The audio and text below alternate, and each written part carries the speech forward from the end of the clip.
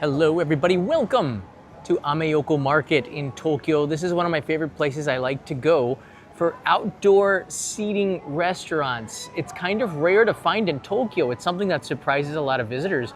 But you can see here's a very famous one here that's been renovated, and there are a couple of other ones on the other side of the tracks here in Ameyoko, facing the street side, and they typically will open up for lunch these days because of the tourists here. But again, as I say, it's something that surprises a lot of visitors, especially from Europe. There's just not a lot of outdoor cafe seating. You can see there's a place over there. So we're gonna go take a look at the menus and kind of explore this and the history behind it, because there's some history behind outdoor seating at cafes and why it's quite limited, some reasons behind it. Ameyoko Market, if you don't know where this place is, it's very central in Tokyo. It's off of the Yamanote line, which is Okachimachi Station, just 2 stations away from Tokyo Station. There's Tokyo Station Kanda, Okachimachi, then Ueno, which is in the north part of Tokyo. Not that far away from Asakusa. You could walk here from Akihabara or Asakusa or Tokyo Station. You could probably walk here from about 30 minutes from each of those places. And it's a nice walk. Ameyoko Shopping Street, probably the cheapest, most discounted place to buy snacks and candy and goods like this, but also takoyaki, maybe the cheapest in the country. On the right side, right now, as you see on the Google Maps, is Ameyoko Street Market. On the left side, there are some low Showa era buildings that go back maybe 50, 60 years. That's where you'll find a lot of other cafes, restaurants that have outdoor seating. And this area is kind of famous for it because, well, it's a little bit looser in this area of the city than it is in some of the other parts like Shibuya, Shinjuku, etc. But we're starting to see a little bit of a comeback in the city, but historically, Japan has not had it. There's the Yamanote track line. The Shinkansen also goes by there, the Tohoku Shinkansen that goes up to the north, the Toki Green one. But this is one of my favorite places to come in the city, and it's authentic, you know. If you compare Tsukiji Outer Market to Okachimachi, Ameyoko certainly is much more authentic than Tsukiji Market because the fish market has left. This place has always been the black market historically, so you still find a lot of those shops that are throwbacks to the occupation of the American troops here in the 1950s and I think they were here till 1956. And that era, you can feel that vibe still to this day, although more and more we're starting to lose it. So we're gonna go take a look at the menu here. Ameyoko Market. Let me see if I can pull up a video here to show you the other side. The signal has been really bad in Ameyoko over the last couple of months. It's harder and harder to make. Bradshaw Studios in the house, thank you. It's really hard to stream here just because the signal is not as strong on the other side, maybe just because there's too many people here. But you can see it's very lively at this time, especially lunchtime, from around 11 o'clock till about 3 o'clock, probably the peak. And after about 3 to 4 o'clock, it kind of slows down. And then for dinner, when the lights go down, this place starts to buzz again because there's outdoor seating along the street markets. They get out these stools.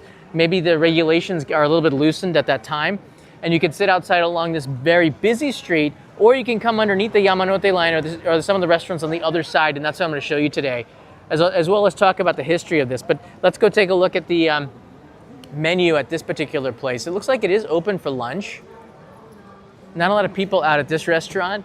The one across the street, this one just looks like it just opened up. There was I think I got a kakigori on the other side a few years ago, and they've, I don't know, been renovating it, and they came out, I think they were selling clothes, then they had a cafe, then they found that the cafe was doing better, and then they stopped selling clothes, and now they just do the cafe full time.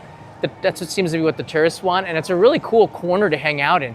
Just people watch. You can see a lot of action going on in the corner here. The coffee beer place, yeah. And this is a kind of a Showa looking place. I think they've dirtied it down by design. It looks like a little bit, but the menu very izakaya-y.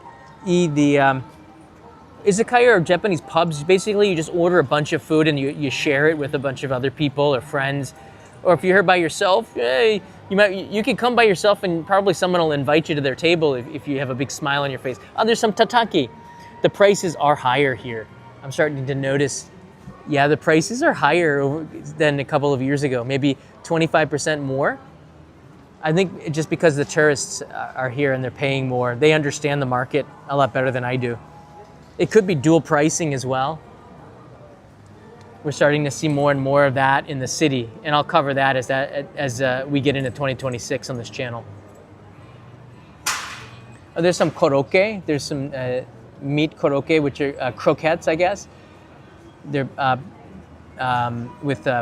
they're battered up and rolled in some breadcrumbs and then deep fried. They're very good. Here's a gyukatsu for 1,299 yen. That's about $8 for that. That looks really good. Doesn't tell you what kind of beef. That's also a question. It's not always going to be Wagyu. Sometimes they use Aussie beef, which is pretty good as well. Just a different kind of juiciness to it. And of course they have yakitori. One that's really kind of expensive. One stick for 299 yen with spice. I don't know, that's a little bit pricey. You could usually get them for 100 yen or 150 yen, but I think you can't beat the atmosphere sitting outside. And again, a lot of the people that are eating there are tourists, so something to point out. But it's a nifty place to sit. Let's walk over here. We're going to take a look at this menu. There's another side cafe. And I'm starting to see more chairs outside. Do you see that? That's not typical in Japan. And there's reasons why. A lot of it in this area in particular are zoning rules, zoning laws. Let me pull up this. I asked ChatGPT to kind of summarize this for us. And I asked the question why they don't have so much outdoor. Japan does have some outdoor seating, especially in touristy areas or hip neighborhoods like Omotesando, Daikanyama, Kyoto's riverside spots. But overall, compared to Europe and even cities like New York, it's kind of rare. The reason why? Well, let's stop it here. Limited sidewalk space. Tokyo and many other cities have narrow sidewalks with a space at a premium. Restaurants often prioritize indoor seating over spilling out onto the street. That's true. In busy areas like Shibuya, Ginza, there's simply no room. Now, the alleys in Ginza, they also have some outdoor seating.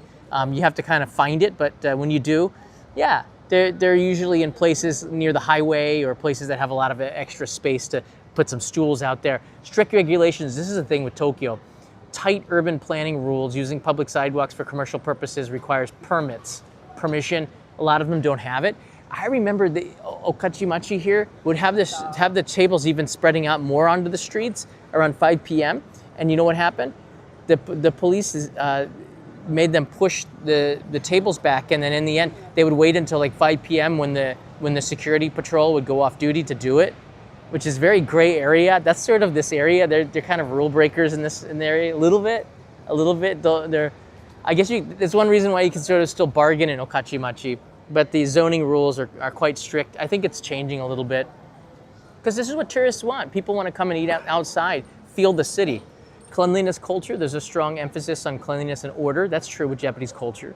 Outdoor eating might risk attracting trash, birds, insects, things Japanese business owners and customers would like to avoid. Eating neatly and quietly is a cultural norm, making outdoor cafe bustle less appealing to locals. That's part of Japanese culture. Noise and sensitivity in the neighborhood, that's true as well. Neighborhoods don't want to have a lot of noise, especially at night after 10 p.m. So one thing that they kind of clamp down on that, and depending on it, and the smoke and the noise. Smoking is also an issue. The city is pretty much smoke-free now, especially indoors. Weather and seasonal constraints. You don't want to be outside in the summer. You want to be in the air conditioning. Trust me on that one. I guess a lot of you will concur with that. Outdoor seating is less reliable investment. Sakura season, autumn seasons are brief, and businesses might find the effort worth it. That's true. And they're just a cultural and cultural design here. Traditional Japanese architecture and dining culture have long favored indoor interior spaces like izakaya and tatami rooms. The concept lingering on a terrace for hours with a coffee isn't deeply rooted in local habits. Very true. When I came here, there was like no spots for eating. You just have to get a beer and sit out in the park. Yoyogi, Nakameguro, Ebisu have the most sidewalk cafes, department store rooftops are something to consider. There's a lot of beer gardens on the rooftops there. You know, that's a place I like to go in the summertime with friends. I haven't been in years though. That's what happens when you have a child and you go home to your family every night. So I don't go out as much as I'm used to in the past, which is not a bad thing. It's actually quite good. Yeah. All right, let's take a look around here. If you have any questions, please, I encourage you to ask. I want to thank this live stream, of course, is brought to you by our Patreon community. This is this month's postcard. our family underneath the cherry blossoms. You can see how big Leo has gotten. There's a QR code to watch a video that I made for you regarding this. And yeah, on the back, there's another shot of this location in Tokyo. The cherry blossoms are gone now, except in Aomori, up there in Hirosaki, it's at full bloom. It's looking stunning. And my friend Greg was just at the Ashikaga Flower Park, and he said, wow, it's really nice up there, different flowers blooming at different times. So you can go all over the country and find something real beautiful. Thank you to my Patreon supporters. We're gonna be doing more stuff for them in the coming weeks and months, including bringing back the live Q&A and doing it for trip planning, and then sharing that trip planning with everybody, because those that have questions and have itinerary issues, I get on Instagram maybe every week, I would say hundreds of messages, dozens every day. It's quite a lot of people saying, I'm coming to Japan at this time, could you help me out? And like, yeah, I want to, but I gotta help everybody out. So maybe this is something that there's a huge desire for. And you know, since I've been here for more than half my life, and every prefecture I've been to maybe 4 or 5 times, I've been to almost all the tourist attractions, I think. I'm a pretty good person to be able to help people with their planning. So that might be something that we do live on this channel, but in particular, giving our Patreon supporters the priority, because they support the channel and make everything happen. I'm noticing something here.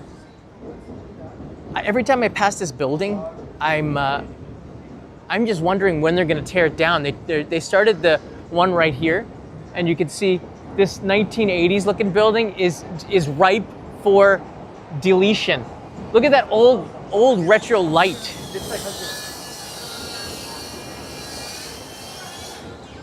Look at that old retro light from the 1980s. You could tell it's like that metal, the roundiness of it. It was a big deal back in the day, but now certainly it looks the part. Bubble era building right here. This will probably be gone in the next 6 months. It looks like it's already been boarded up. And here's a new building that just popped up. So you can see that Tokyo is really starting to add in a total redevelopment because of the earthquake. Everyone's been talking about the big one, and Tokyo's getting ready day by day. There's some big changes in the city. So this is the other side of the Yamanote line. Michael Sassano's in the house. Hey, brother. Mahalo. It can't get any better than this. And you know what? In just I guess in 2 weeks or so, we're gonna be seeing our mutual friend, our sister from another Mr. Can you see? We'll see Bradania here in Japan. I'm so looking forward to it. We're trying to see if we can go out and do some stuff together. So we are waiting for Michael to make his trip to Japan. Oh my goodness! And with UFO Bob, let's see if we can get everybody out here. But when the weather is like this, very low humidity. It is warm, very low humidity. That's so funny. There's always like some kind of, why here? The Otani one I kind of get. That's funny.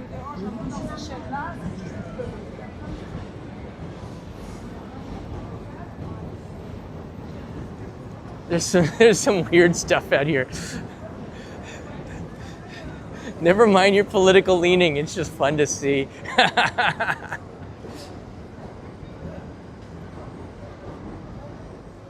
All right, this might be, I don't know if I should tell you guys. I guess I can, because I haven't been there in years. But when I did go out and eat more with my friends, especially with the NHK group after a shoot, there's only, I think there's 3 or 4 of these hamachans, but we would eat here. Not this one, there's one in Shibuya as well, but this one has outdoor seating, and you can see they have it up for lunch. I guess the zoning rules, or it's quite tight with the cars going by here. But this hamachan has massive portions of tempura, and you would eat it, just a tempura. You don't have to get the rice or anything, but you'd eat the tempura with grated daikon, Japanese radish, with some tsuyu, or dashi. So hamachan is definitely a good go-to. I don't know if you can reserve a spot outside. There's the phone number. But if your hotel's nearby, you can say, I'd like to make a reservation. You can see if you can do it, but it will get quite busy. The earlier you come to plant your butt on one of these stools, the better the chances that you get a chair. You can see there's also some, these are new. There's just a lot of shops that are now putting out outdoor seating. Look at this. I didn't notice this. This is a what is it? Haisai. This is all brand new. And we'll walk underneath here. I have to do this at 720p because we're just, the bandwidth is not very good for upload speed, but the download speed's over 100 megabytes per second. I don't know why upload's like 3 or 4. It's kind of weird. But this shop's been here for a while, and you can see they have some sort of outdoor bench seating with yakitori. But because there's so many tourists, I have noticed that the price is going up. This one on the left side, I'm gonna be a little bit sensitive because there's people eating here. This has been here for decades, the one with the green canopy there. I'm gonna go across here. This has been here for decades, and I have, wow, look, dude, the tables go underneath the Yamanote line here. Oh, that looks good. Unagi probably not domestic, so it's something that you have to consider. This green one I have been to many times, including in 2010 when I filmed the Ameyoko episode. Me and the NHK cameraman and staff and everybody went here for Kampai, and that's still around, so that's kind of nice to see how over the years some of the old drinking holes are good. And if you are a solo traveler, you come to a place like this, locals in the past would invite you over to eat with them because they're just kind of curious. Here's another place with the canopy eating outside. And I'm saving this for last. I'm actually here to get the daimyo packages. I was looking for some. This is a famous place for just candy, not just because it's cheaper, just because they got everything, all the new stuff. So I'm out here looking for some stuff for the daimyo packages. I'm putting together a matcha box. So a lot of the stuff, because the harvest is this month, a lot of the stuff is going to be matcha based in this package for Patreon supporters, the daimyo tier. Thanks guys for supporting. There's a bunch of you, and we're gonna load it up with matcha goodies.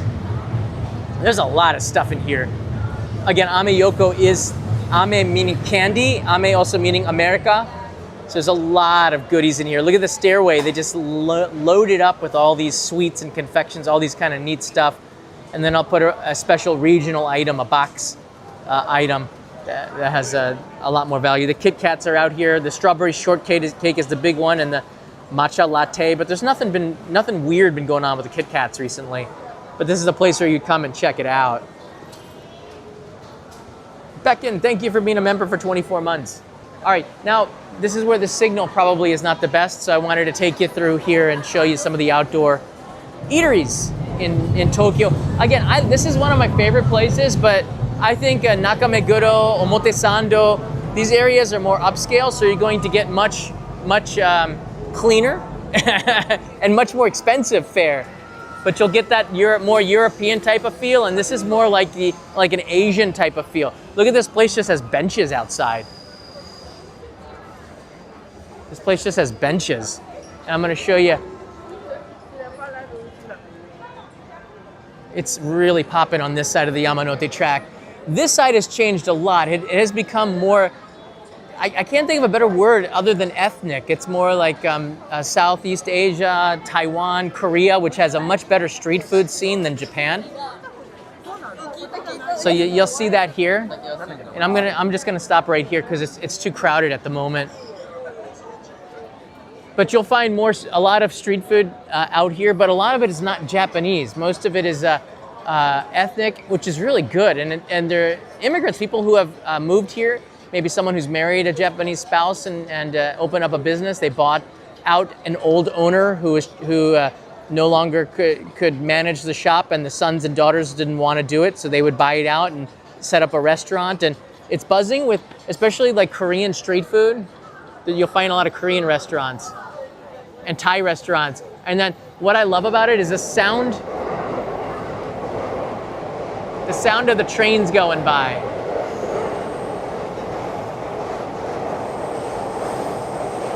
I can't state that enough. It's just such a nice feeling. because you can feel Tokyo. You feel the beat of Tokyo here. Like the people, the rhythm of the city. It has that old world feel to it. And I know it's changing a lot, Ameyoku, but if you compare it to Tsukiji, there's no comparison. This is just so much more authentic. However, there's so many more tourists here. So you do have to get here early to get a seat at a restaurant in order to secure your spot, especially if you have a family. You park your butt there, stay there for a couple of hours, have some fun, but I would say certainly more cheaper than Omotesando or Shibuya.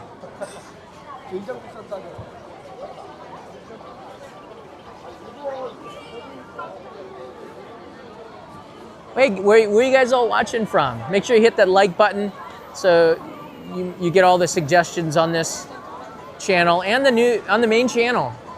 People have been complaining that they're not being suggested the new video, but it's there.